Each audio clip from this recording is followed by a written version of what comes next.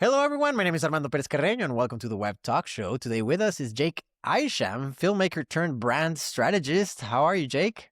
Doing well. How are you? I'm doing very well. Some weird climate coming in to Texas. We got a lot of rain, so the allergies and everything are going to be very interesting over the next few days. But very happy to be here and to talk about not only filmmaking, but brand strategy and how in 2026, every company or business needs some sort of content posture. So I think you're going to be able to provide some great advice for people listening and give us an insight also into what happens behind the scenes and all the cool stuff you do. So, Jake, can you tell us a little bit about what you're doing right now and how you got to this point? Totally. So I run a creative agency based in Los Angeles, and we help entrepreneurs basically build their personal brand through content. We do a lot of top of funnel work. My background in this, I never planned on being in marketing. If you asked pretty much up until 25-year-old Jake, 26-year-old Jake, that he would be in marketing, he'd be like, you're insane. No. I grew up as an actor, actually. So I grew up as an actor and then moved behind the camera and fell in love with it. And, but then after film school, they don't teach you really the business in film school as well as I hoped they would. And, just I was very naive at the time, as most early 20-year-olds are. Yes. And so I then basically had to just figure it out. I'm very fortunate. Both my parents are artists. And so they were of the same mindset of just like, go figure it out. You want to be a filmmaker? Go. Good luck. Yes. So I freelanced and then basically realized I need to kind of create my own business, my own company. And so done that. To date, we've done over 1 billion views. We've worked with guys like Perez-Carreno, brands with like 511 and Callaway Golf and countless others. And so it's been a fun journey. That sounds super fun. I mean, obviously not the figuring it out at part at the beginning. It's fun, but tricky. Still figuring it out. Yeah, You know? yeah, for sure. But that's the ride of being an entrepreneur. Like we trade certain levels of security for certain risks, and we get more freedoms, but at the same time, a lot more problems and a lot more barriers. Yes, but in my opinion, better rewards as well. The highs are higher, but also the lows are lower. Yeah. So it's what appetite do you have for that? Yes. Yeah. Not everyone. I've heard this said many times. Not everyone's cut out to be an entrepreneur, and that's okay because it is a tough ride, but it's a fun ride for those who want it. It's very interesting for sure experience. And with what you can learn online nowadays, it's also a lot more fun, I think, because there's so much that's out there for you if you want it. Especially now with AI, like it does take the willing to bet on yourself and a delusionally confident. I forget where I originally heard that, but it's basically I've loved that. There's a delusionally confident of like, no, of course I'm going to be successful. I don't know what you're talking about. Well, do you know how to do any of this? No. Okay, but I'm still going to be successful. It's just delusionally confident. Yes. And you've made a couple of films, right? Like actual films. I have. What was that journey like? Well, I mean, I started shooting stuff in high school. This was back when DV tapes were still around. Oh, yeah, for sure. Well, no, I definitely know what you're talking about. For anybody who's under the age of 103, a DV tape is a small recording tape that you would have physical data. It was not digital data, and so camcorders. This was before SD cards and iPhones existed. And so, do you have I'm one? sure I just saw a couple like 2 days ago. Oh my God, I'm amazing. sure we'll figure out where they are, but I'm sure I literally just saw a few. So That's I would shoot my, short films as in high school on those and little music videos with my friends, to then film school. And my big senior thesis film, so you make a big film as a senior in college. And we had a 30-person crew. It was oh a wow. whole action movie. I didn't, a lot of typical college theses are, small dramatic pieces about, Yes.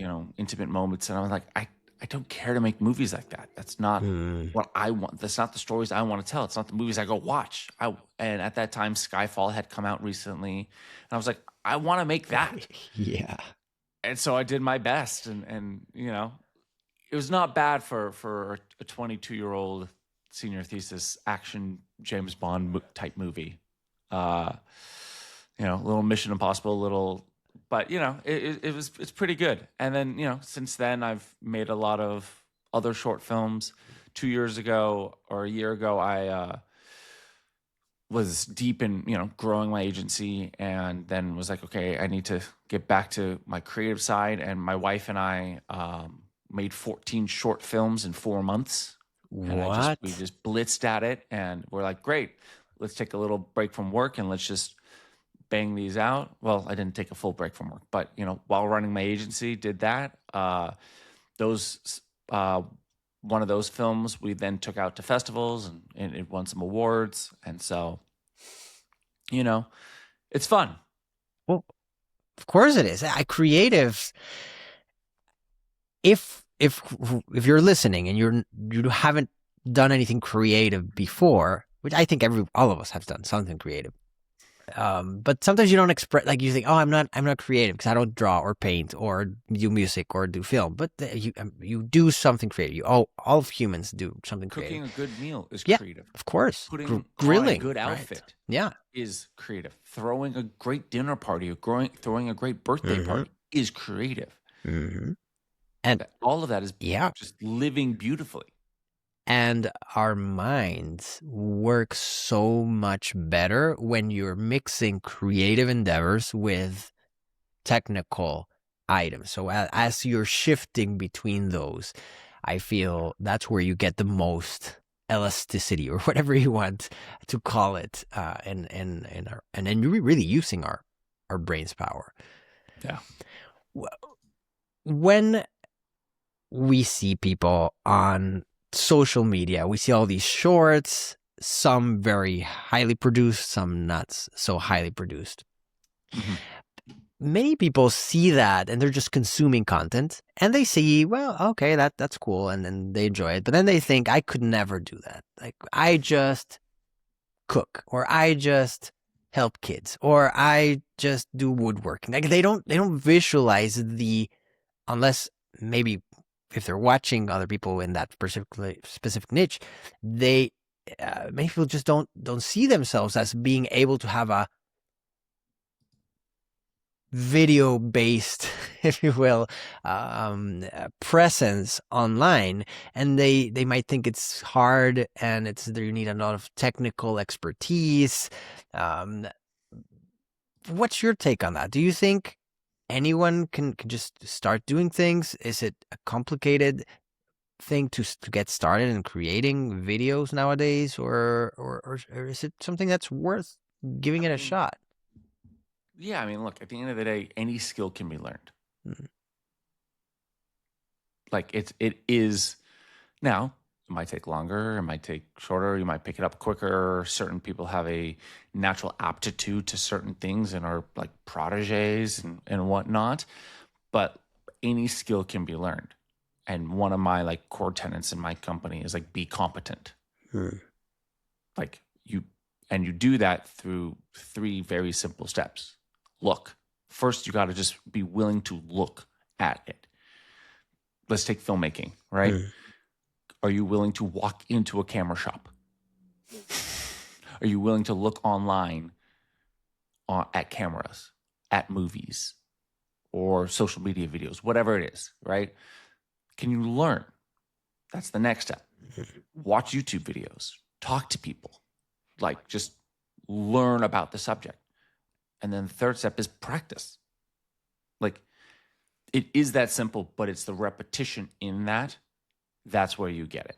So 100%, whether it's the larger being creative or specifically in video, like, it's a unbelievably important talent and skill to learn these days, especially as an entrepreneur. More from the fact of, it's not that you have to do it, is that as an entrepreneur, you need to be the right executive. And pretty much every company now is becoming a media company, to the point where you have like Under Armour creating an entire, channel. You have all of these different brands that are literally becoming media companies. And we need to be doing this at a small level, on a SMB level. And that's one of the things I help with. But, like, I just saw like two wild examples of, like, you're like, really? That's a media company? I was just consulting with a CPA firm. Nothing creative and artistic about a CPA firm. They're about to break 1 million on Instagram, and they're doing an entire studio build out. So that's what I was consulting on. And they're going, great. What are the nice cameras? What are this like? But they're investing in themselves now because they're like, great, let's take our content to the next level. But a CPA firm is becoming a media company. I also just saw on Instagram this landscaping company. And I've seen their videos and whatnot. A landscaping company, right? Like, nothing creative about that. Gardening. They're like, we've done over 15 billion views in the last month. Wow. That's a media company. And then they were now selling a course on how to do social media as a landscaping company. So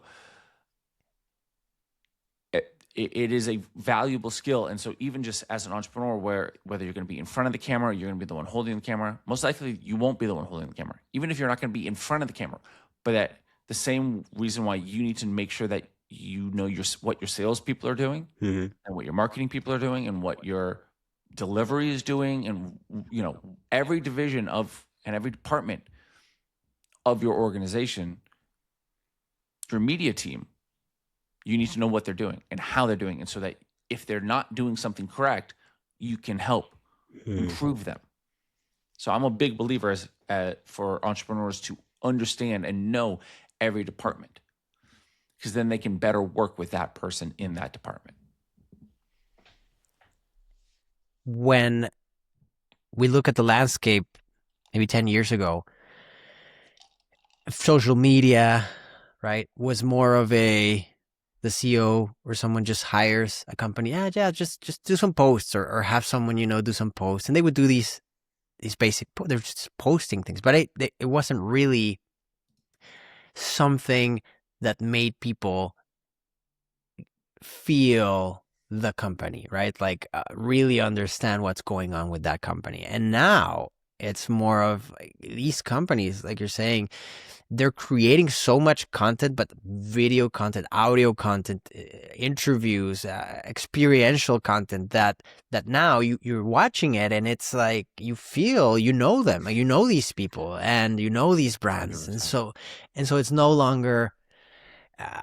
You mentioned at the very beginning, you help with the top of funnel a lot, and I want listeners to understand what top of funnel means, and I'll let you explain it in a bit. But it's like, if you see it as part of your funnel in a way that it's a whole conversation, a whole different conversation if you cold call someone, or if they've seen your content and then either they reach out, or you meet them, or you actually cold call them, but they've seen your content. Like, the conversation goes completely differently because you're positioned in a whole other way. Yeah. I mean, one of the great examples that I like to tell people about is, and she has a tremendous amount of viral videos. There's this gal named Judy, and she has this this diner in, I think, like Illinois or something like that. Again, not like a major city. It was not like Los Angeles or New York or something. Like, it was like a random, but she makes all of these viral videos and they're all very silly to the point where it's like, you want to go to the diner just to meet her, just to see her make the video. And like, that's top of funnel. Like, it itself you will not buy a pancake because of the video. Like, it's not like, oh, watch the video. Great conversion. By now. Yeah. Yeah. It's not like, hey, oh, I saw her video. I'm going to order a cup of coffee online from her. It's like, no, you have to fly, because the amount of people that live in that area, like, I got to learn a little bit more about where she is so I can give this example better. But like, I looked at it once and I was like, what city is that? It was literally not a major city in the United States. And but she's like, and she's this Asian gal and wears these funny glasses, and it's just, and they're hilarious. But that's what top of funnel is just creating awareness of who you are and what you do. It's not saying buy now, not this, like get now, order now, this, here, come in our shop. It's like, just get attention. I saw it recently. Where was this? It was, again, also, I think it was also like a regular, not major city. This guy, I'm sure it was the owner, outside his like sandwich shop or something like that, and they're recording a video for TikTok, and they're like, oh, you should, whatever. And then this lady comes by, has nothing to do with it, and says, oh, you're recording a video. She's never been to the place, but she's like, oh, let me help you. And she starts like bragging about the place, and it's so funny because she does a really good job, but then it went tremendously viral. And so then they try to track her down, like, if anyone knows this lady, we gotta thank her, because they made so much business out of it because of just awareness, like you're saying. Yeah, and right now we're in an era of quantity. Like, oh, we need to worry about, like, it needs to be. It's like, no, just do this version. Great, do this version. Do this. Like, the worst thing that happens is getting no views. Yeah, so that means no one saw it, which would still happen if you have a good production. Yeah, like, I have a buddy who's a big musician. Yeah. 1 million listeners a month on Spotify. Oof. And he runs ads for his, like, he for his band. And he was even saying the nice camera ads versus the iPhone ads. Which do you think perform better? I'm guessing the iPhone. The iPhone ads. Like, literally statistically, because he's put thousands upon thousands of dollars behind these ads to test them. Every ad that's shot on iPhone performs better than on a DSLR, than on like a fancy, Sony or Canon camera. But again, that's him and his industry and what he's tested for his music. Everybody's a little different. Like, part of the reason why people work with me is because their branding looks elevated, because I shoot everything not on an iPhone. We shoot it with a nice camera. We light it. And so it creates an elevated brand look. But again, there's no right or wrong answer. Like, it's really, what do you want to do? How do you want it to look? And the biggest thing is just consistency in it. Yeah, that's a big one, right? A lot of people start, they're very happy, but then they see no views or 50 views at the beginning, and they just stop. Yeah. And, they're like, is anybody, like, because I talk to a lot of B2B business owners, right? And it's like, you don't need 1 million views. What you need is the right views. You need the right 1,000 views, because 1,000 views, and if you have 1% conversion, which would be amazing, right? We think of 1% conversion, we like, what are you talking about? 1% conversion, that's awful. But if you had 1,000 views and you had 0.1% conversion, that's one person creating a lead every 1,000 views. It's pretty epic. It's like free, and like in many for free. times. Yeah. For free. 0.1 conversion. So, like, you don't need 1 million views. No.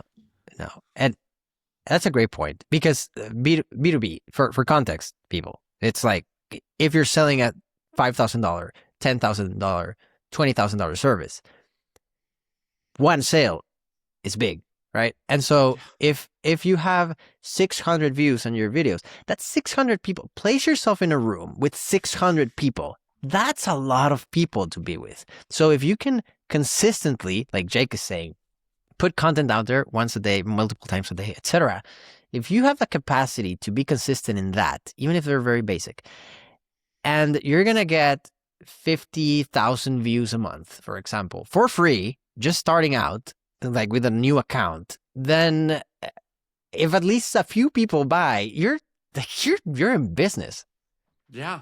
Like, and that's where, again, thinking with, you could say the level, what's called the levels of awareness, the customer levels of awareness. It's an old marketing term. Any of the listeners can go Google it, and you'll see the visual dynamic. It's done as a pyramid. And I'm not going to have it 100% correct, but basically, you at the top of it, you have the most people which are just unaware. Mm-hmm. They're unaware of the problem. They're unaware of the solution. They're unaware of just all of it. And then the next kind of level is, problem aware. Man, I need a new sweatshirt. I need new glasses. I can't see. I need to upgrade my prescription. Okay. Solution aware. Okay. Is there a doctor in my environment? Okay. I'm now becoming aware of the solution. Great. There's 3 doctors that I can see. Great. Which doctor is the right doctor? Now we have the next level of awareness of just like, okay, great. I like this one. Great. Now you convert.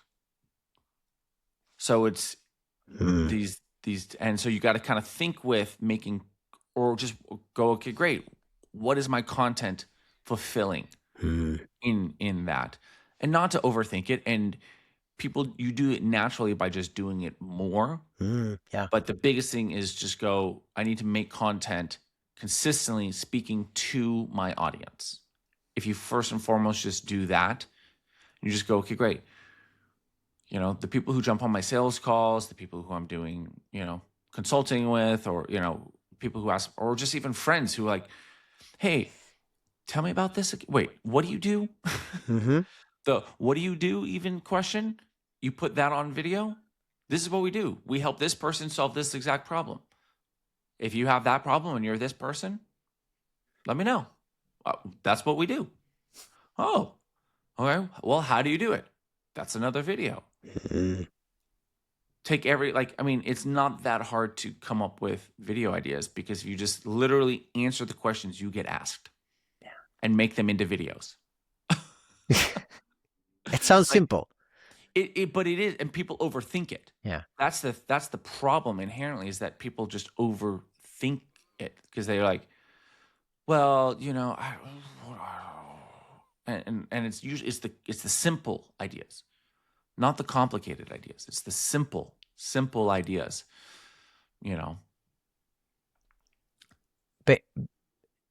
Based on your friend's experience with the iPhone versus DSLR or cinema cameras, I think it ties with that, right? Because sometimes it's not the video quality that matters, it's the message. And so when it's shot in the iPhone, a lot of times it's more improvised, it's more like in the moment, it's more what naturally came out, and that might trigger, again, depending on the industry, but that might trigger the response versus, like, depending on what you're doing, but it's just doing it.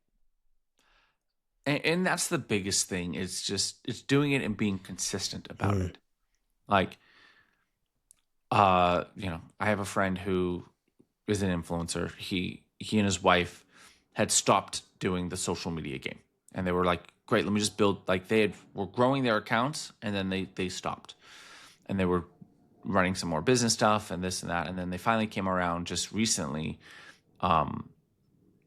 to doing their accounts. And so they had an account that had like 20,000 followers on Instagram, and I provided a little bit of coaching, and basically they shoot once a week. They shoot Wednesdays.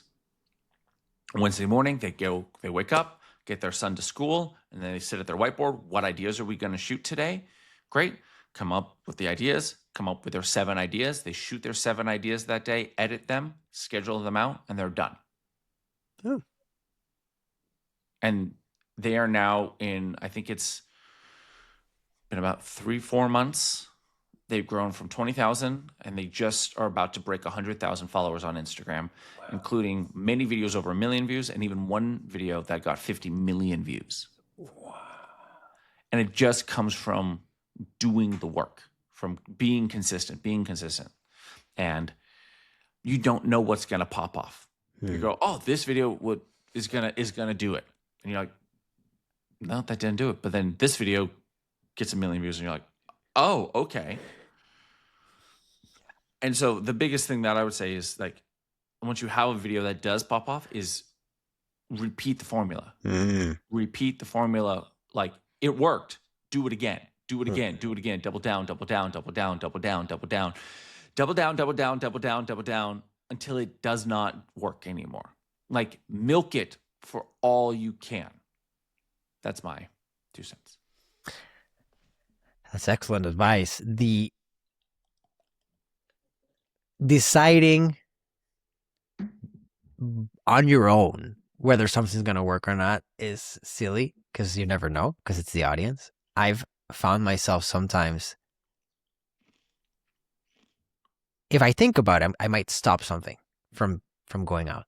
And sometimes we use clipping tools. We have long form and we clip them. And so if I look at the titles or the thing, sometimes I'm like, maybe this one I won't, right? Or this one, but then I said, no. I think I should just, like you were saying, it's a volume thing. So I should just put them all out. If they work, great. If they don't, great. We'll learn. But some of those that I might have stopped, I see myself, like that one I wouldn't, like for sure I wouldn't put that one, like those pop off. Because maybe they were more controversial or maybe whatever. But it's like sometimes you're afraid of the people in the comments going at it. But I mean, if they're commenting, that makes it get more reach. And so you get someone commenting, and then it's funny because someone does a negative thing, but then someone else is like, no, but listen to what they're saying. And like you start getting people defending the argument, right? And that gives you reach as well. So on that, yes, controversy will always go viral. Like, it's the cheap tool of going viral. The way I recommend doing it personally is pick topics you will defend. So I'll give you 2 example from like a macro and a micro. So from a macro standpoint, I have a friend of mine who's a very big influencer in the fitness space. He's one of the big online kind of trainer type individuals. And he has guidelines in his company where he's like, we don't talk about politics, we don't talk about religion, we talk purely about fitness and health, because that's why people are following us. But he also, like, he has his view. He's like, this is what helped my body, so I'm going to talk about that. There's irrefutable evidence that doing this helped my body. So I will stand by this. And by having done for his own body, he helped lots of other people successfully rehabilitate their bodies. And so it's like, yeah, it's controversial, but it helped me.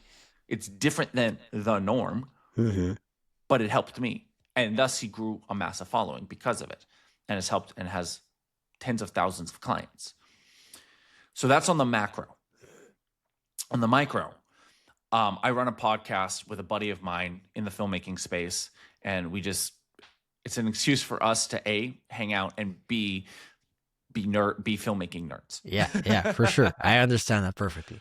And we don't care. We're not pushing as much right now on like reach and this and like larger podcasting strategies. And he just the other day, GoPro, for example, basically came out with a new camera, and he was hating on it, but he had very logical arguments for it. It's because of this camera is essentially the same camera that this other company came out with a decade ago, and it flopped. There's nothing different. There's no reason for this new GoPro camera. And he started getting a lot of hate on it. But he's like, my argument is sound. You don't have an argument against me. Like, but he's willing to, like, And he was like, whoa, there's a lot of hate on, like, whoa. But he's like willing to hear out, like, I don't see the advantage of this camera. But to the point, I'm going to give you to the point, literally just yesterday, GoPro commented on his post and was like, hey, we'll send you one. Now we'll see if that actually happens or not. But it got so much, and he's not a big influencer by any means. Not particularly like a massive following or anything like that. But it got so much engagement and reach that GoPro themselves reached out and commented on the post. So you never know what's going to happen. But by having an opinion on something and just be willing to put it out there, but it's having an opinion in something that you want to have an opinion on and have a discussion on. The 2 or 3 times I've ever let myself give any slightly political, because I'm so not political, and the 1 or 2 times I've like kind of, let me give my perspective on XYZ thing going on in the world and post it on Facebook, and I get a lot of hate. I'm like, I don't want to have this discussion. I actually don't care. And I delete the post. Like the 2 times I've done it, I've got a lot of, I'm like, this is not something I want to fight on. Like, it's not something I want to actually just have a discussion on. But if you come at me and be like, quality is the only thing that matters, I'll fight you on that. Where you're like, oh yeah, only shoot on an iPhone or only shoot on a DSLR. And I'm going to be like, or like only post the best. Don't post, and like, you only need to post once a week. I'm like, I'll fight you, because that I'm willing to fight about. That's a conversation I'm willing to have. And so it's just really pick the battles. Like, I know we talked about Grant Cardone. I'll give just one last thing on this, because as you see, this is something I'm willing to discuss, is controversy and like the subject of controversy. Rather than, you can have somebody who takes the flip side, is like, never be controversial. And I'm like, no, be willing to be controversial, but on the things that you want to talk about. So I'll take this one last point, which is Grant Cardone. He has built his platform on controversy because he's willing to fight. But that's also the bulldog he is. He's like, I'll say this thing about this, because for him, he goes, the more clicks, the more views.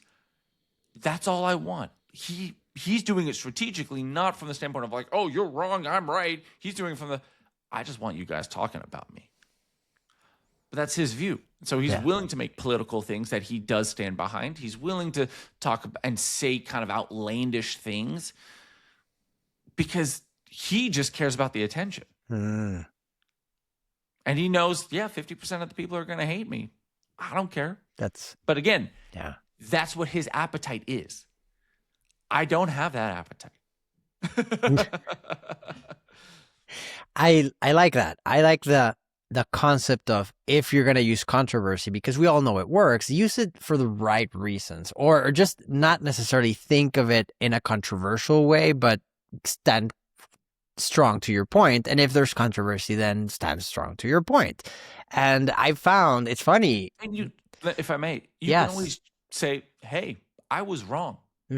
Yeah. Like, it's not a bad thing. Like, you see so much now, people are double down on their viewpoint, even when they know they're wrong. Yeah. And it's like, you're not allowed to go back on your view. No. Like, you can be like, oh, wow. Hey, look, I didn't know this information. Cool. I learned. Thank you. Like, and if you acknowledge the community, and that was the thing my buddy was talking about in terms of the GoPro, like, he was like, look at how the community came out and are having this discourse on this camera. Like, that's the filmmaking community. And what we're wanting to do on social media is build a community. Social. It's social media. You go to if you look at the definition of social and as a noun, hey, you're going to a social, meaning a gathering of people. So part of what you're doing on social media is you're creating a community, you're creating a gathering to have discussions. Sorry, I'm going to get off my soapbox. This is super valuable because people just follow whatever everyone else is doing, sometimes whatever pops or they think pops. And so even the LLMs, like you ask for help me cut this clip or use Opus Clip or Descript or whatever of these. And the clips that they make you, the clips might be okay because it's just your content, but the titles, all the titles are hyped up. They're controversial, and like you have to tell it, like, don't do controversial takes if you wanted to, like, just do normal, right? Just talk about whatever I'm talking about. You don't have to make it sound like clickbait.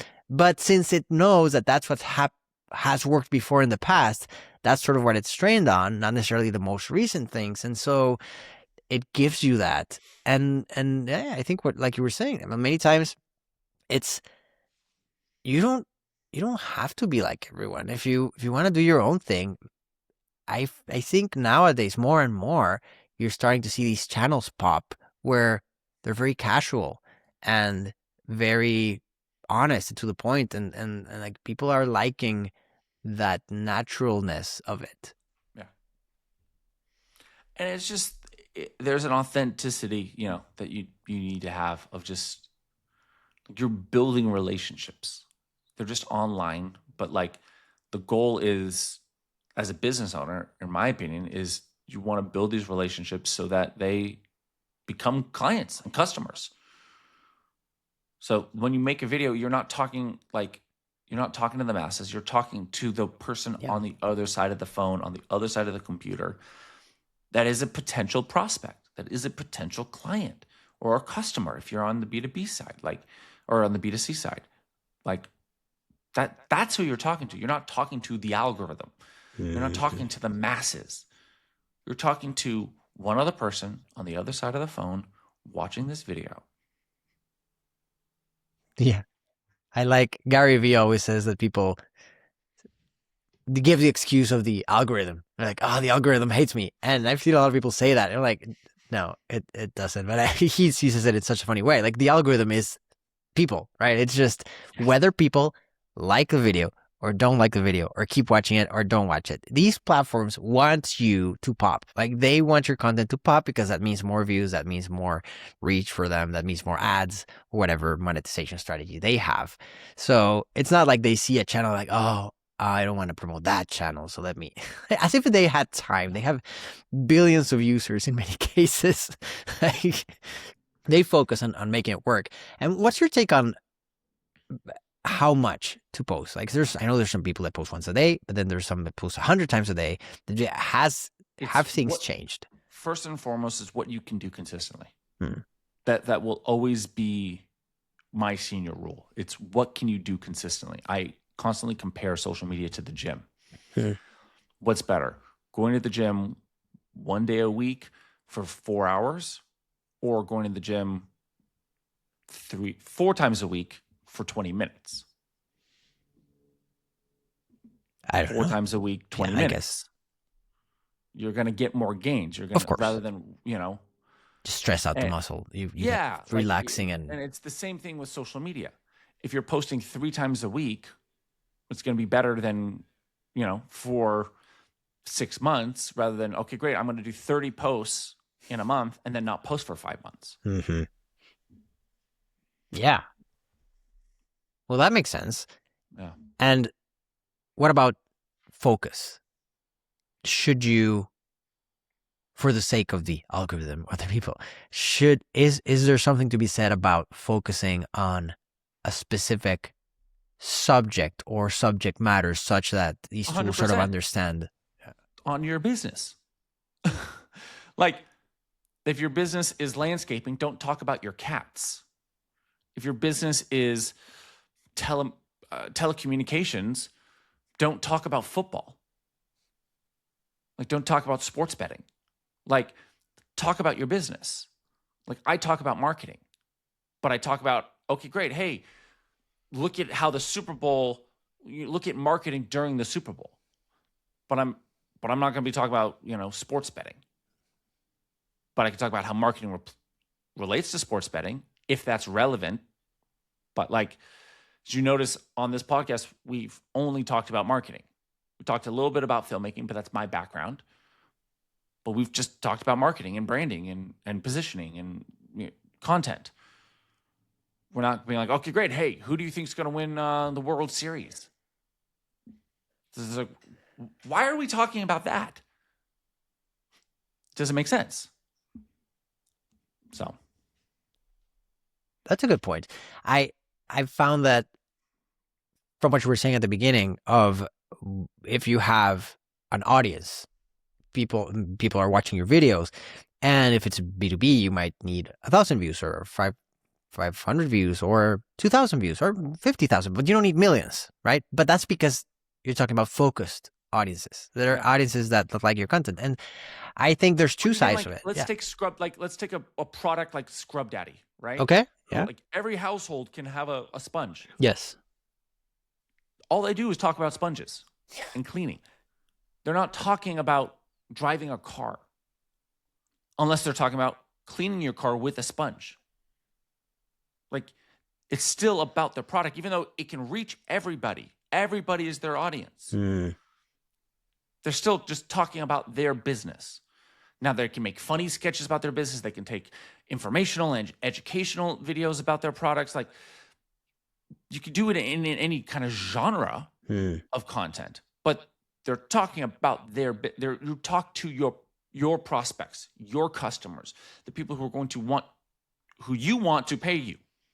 That's who you're talking to. As long as you talk to them about things that make sense, that's coming from you. Like, you don't go to your optometrist, your eye doctor, to ask about, your kidneys with a stomach ache, because it doesn't make sense. Yeah. I think there's some people might have heard, for example, Gary Vee talking about, you can talk about other things like your interests and things like that, and might think like this goes against what you're saying, but it doesn't, right? Because it's like he doesn't say, oh, now always talk about blackberry picking, right? No, it's like once in a while you can talk about your interests, right? If within the thing, so that people understand you as a whole. Yeah, for sure. Like we're talking about filmmaking. Like, sure, it's related. Yeah, but how does it relate? Like, in my opinion, how does it relate to the brand? If it doesn't really relate to the brand, like, now, if the brand is you, yeah, then it relates. It's making you more relatable. The same way, like, Alex Hormozy loves the gym. He's not in the gym world anymore, but because he came from the gym world. But if you look at Alex, he just talks about business. Yes. And there's gains to be made with that focus, because if you're doing a lot of other stuff that might not be related and that pops, then you're going to get the wrong audience watching your content.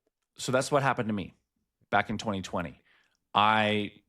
This was, I was just getting into TikTok, and, like in COVID, like everybody else, I was like, let me try this out. I was posting videos, nothing relating to anything, but just me having fun, because we were all locked in. And my dog went viral, 10 million views, and then another million views, another million views. And everybody just wanted dog content from then on. And I got 200,000 followers, but for dog content, which I don't want to be a dog influencer, Dad.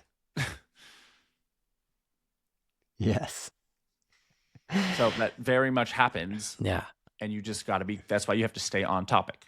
What do you think about live streams? Yeah. I mean, live streams are great. It takes a commitment. It's a slow build, but if you do it well, and that's the ultimate consistency. It's the ultimate consistency, but it's also one of the greatest tools you can do. But it takes we're doing this, and it takes a willingness to, like, this could take 3 years. It's one of the hardest, but because of it's one of the hardest, it's one of the biggest returns.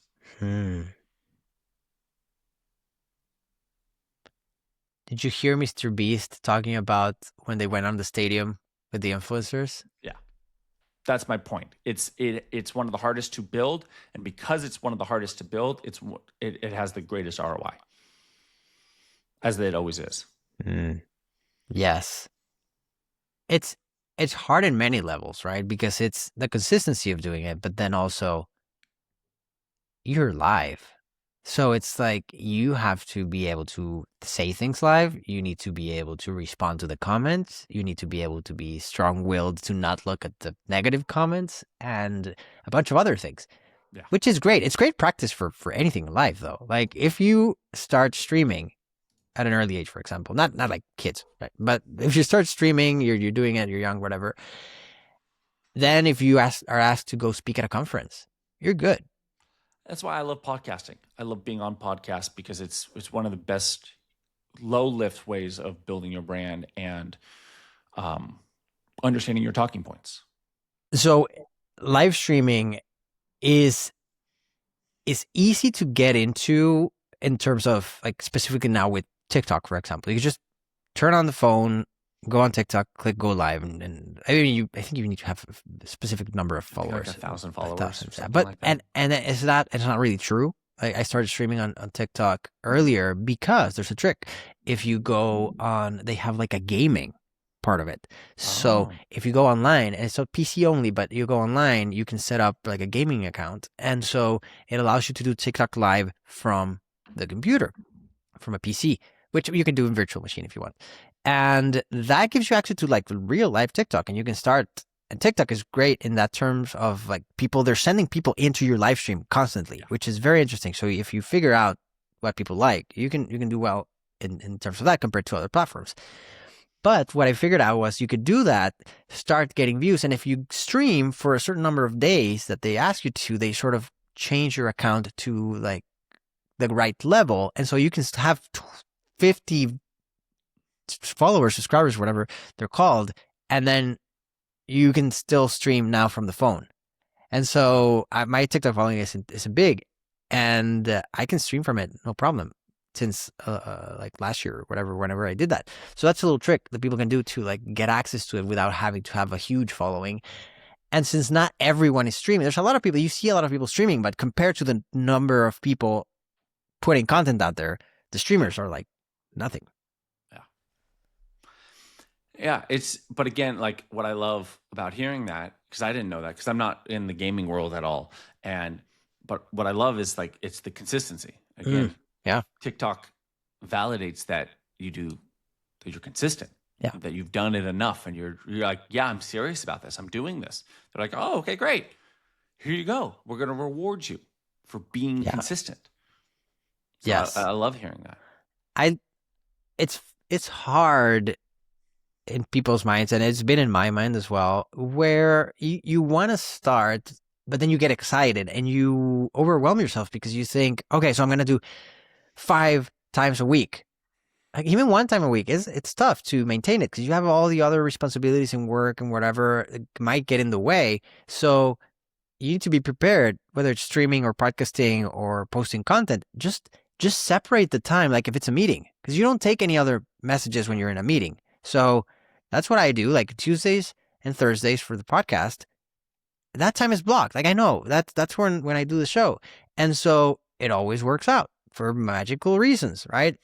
If I have a standing meeting with a client, it magically always works out. Like maybe you change one every so often because there's like a school activity or something, but most of the time you keep those. And so I think a lot of times we don't give ourselves the permission to block that time for creating content. And then we might start, but then we're like, oh, emails, and you start answering emails. And you should know, you block it off. You're doing content. It's your thing, because consistency is what's going to take you far. Yeah, 100%. That is what I recommend with people, is you have to block it off like it's a doctor's appointment, like it's work, it's just a meeting, it's, however you want to look at it. Great. That's my 4 hours to shoot. That's my 3 hours to edit. Like whatever it is, but like if you put it on the calendar and basically don't allow yourself to do anything else besides that, it'll get done. and that's where, to kind of go full circle on this, it's like start at the grading that you can do consistently. If you're like, oh, I could easily do that, good, just start there. If it's like, oh, that's scary in terms of like, 7 times a day, like one a day, 7 times a week.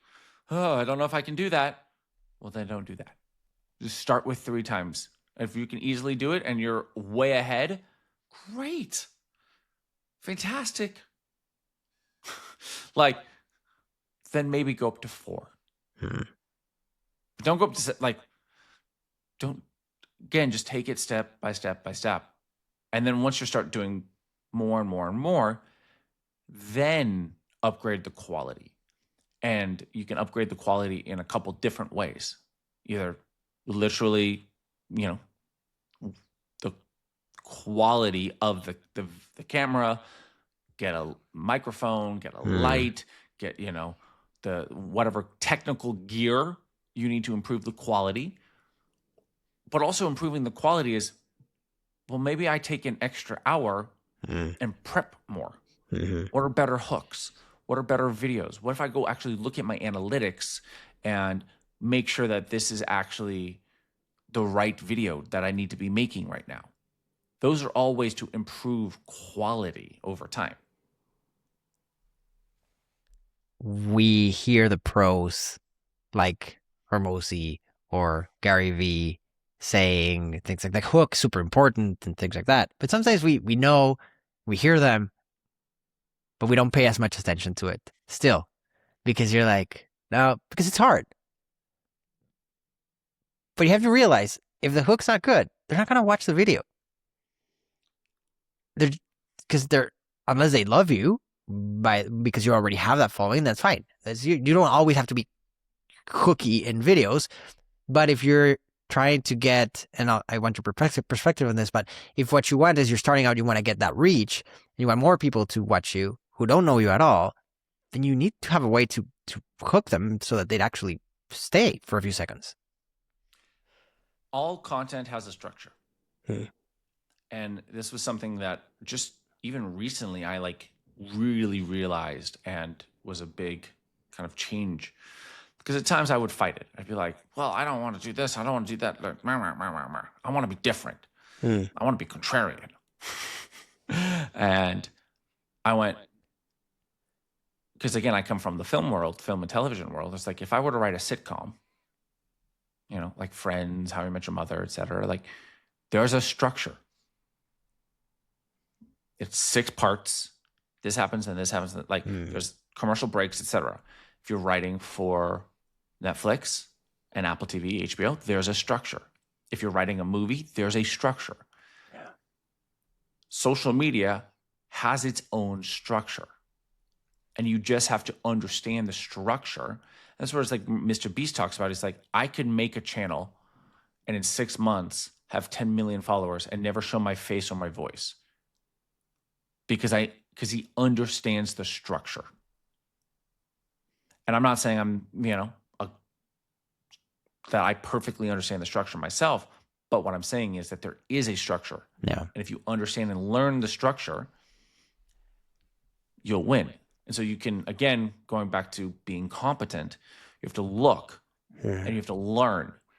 If you're studying, okay, great, what are these guys doing? Not only what are they teaching, but also just watch a Mr. Beast video. Watch 10 Mr. Beast videos, but write out, okay, great, what happens here? What happens here? What happens here? Or if you want to do a podcast, watch, Diary of a CEO, Modern Wisdom, Call Her Daddy. Look at the top 10 podcasts. Go, okay, great. How do they do this? How long are they? Where do they do this? Where do they do that? Where do they do their ad breaks? There's a reason why they're you can't really count Joe Rogan, in my opinion, because he's kind of, the OG and he kind of just does his own thing. But if you look at the guys who've had to fight to get there and go, okay, great. These guys are studying their analytics incredibly. Yeah. And are optimizing it. So you can either fight it and go, well, I want to do my own thing. I don't want to copy them. You're never going to copy them because you're different. You're you. You're not them. As long as you don't say literally exactly what they say, you naturally will be different. But if you copy the structure, they're winning at the structure, and you just do that, you'll win. Yeah, that's true. I just saw an interview from the lady that helped Diary of a CEO get to where it was. And she was explaining like all the testing that they did like crazy, and a lot of data and things that you don't think about when you're just watching it. You just enjoy it. It's a good show. But yeah, it has a structure. And even for long form, they have, at the beginning, if you look at it, like you're saying, you just look at it. They have the thing where they show you a bunch of little parts of all the teasers, and then like, and that's the hook for a long form. But then they started doing like teasers of the teaser, like what's it called? Like a trailer, basically. So they started doing trailers and then testing off of the trailers. And so it's super interesting, like you're saying, just to look at what others are doing. Basically, if you go kind of 30,000 feet up and look at it, it's essentially what's called the Burger King model. So McDonald's spends, I think it was like some tens of millions of dollars on market research of where do we put the locations? Is it on this side of the street or that side of the street?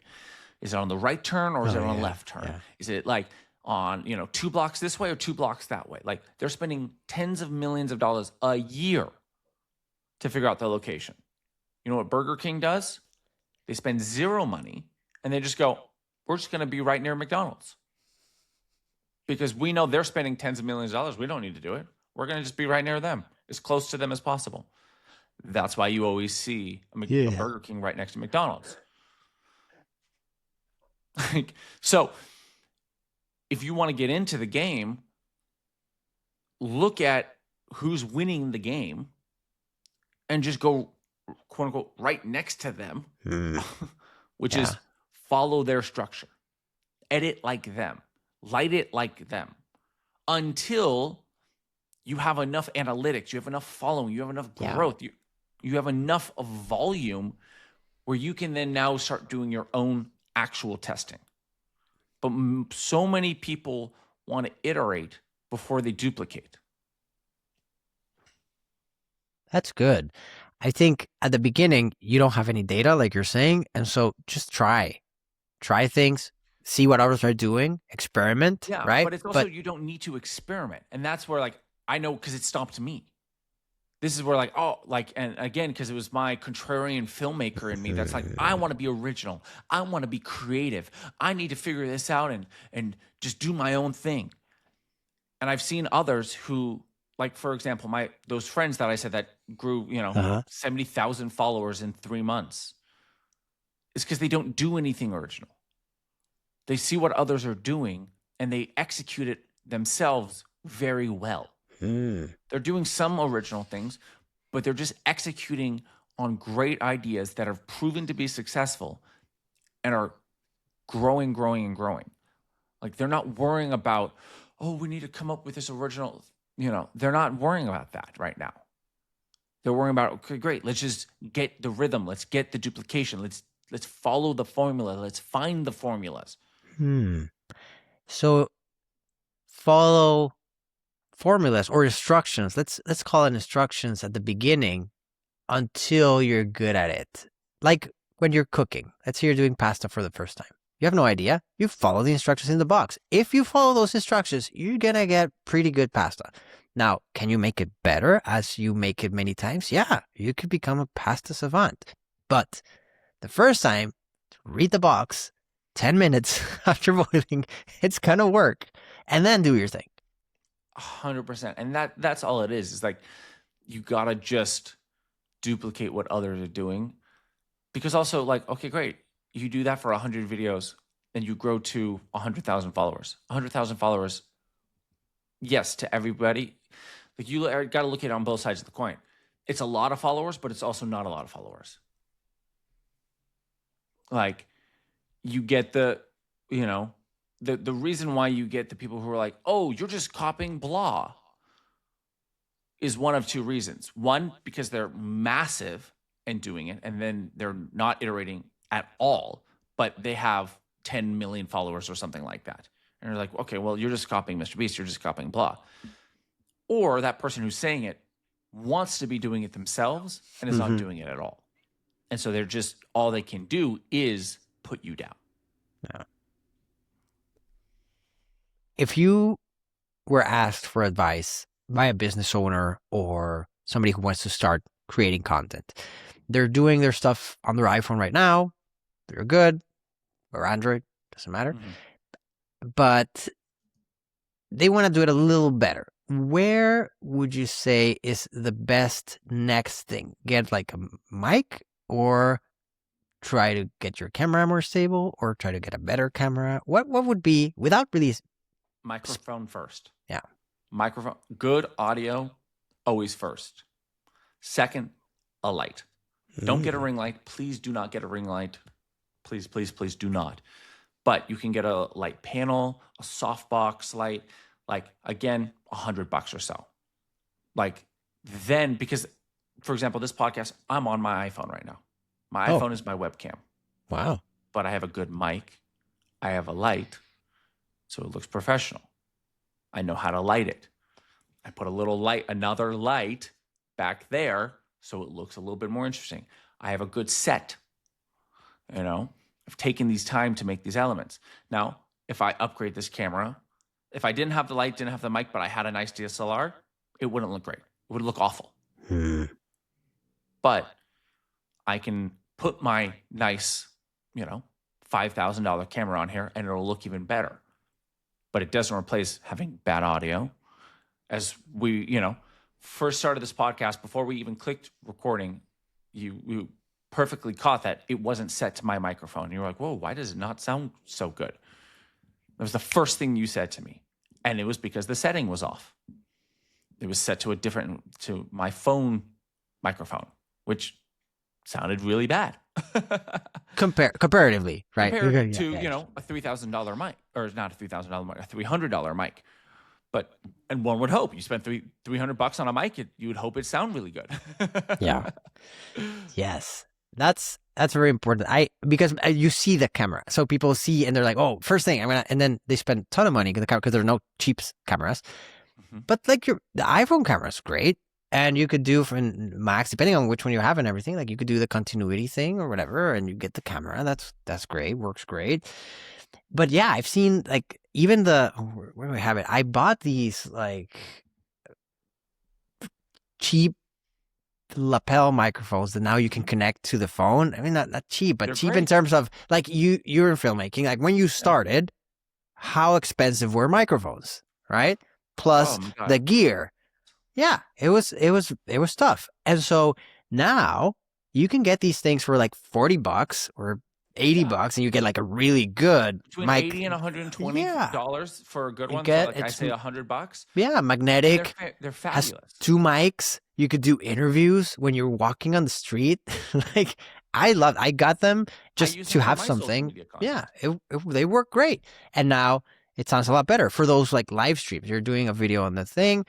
If you listen to that live stream versus the one in the studio, very different if you just use the phone audio. But once you grab one of those mics, completely different. And that's where it's like you upgrade the gear over time. Yes. And that's where it's like, oh, great, how do we improve quality? Well, we can improve the quality of the content, better hooks, better structure, understanding that better, and then upgrading the actual gear and technical over time. I have a friend who didn't upgrade her. She built a great YouTube channel, over 300,000 followers, and it's plateaued for the last several years because she hasn't upgraded her gear and she hasn't upgraded the quality of the content. And I partially think that's why it's stagnant, why it hasn't really been growing, because the quality of the videos are not as good. Or not improving over time. Yes. She's not innovating on both sides. Her gear she hasn't improved on, and then the quality of the video of like, great, how do we make this more interesting? How do we do better editing? How do we do better camera work? Like all of these little things she hasn't done. Yes. So over time, as needed or as you feel it makes more sense instead of jumping right in before you have the important stuff. Yeah. Cool.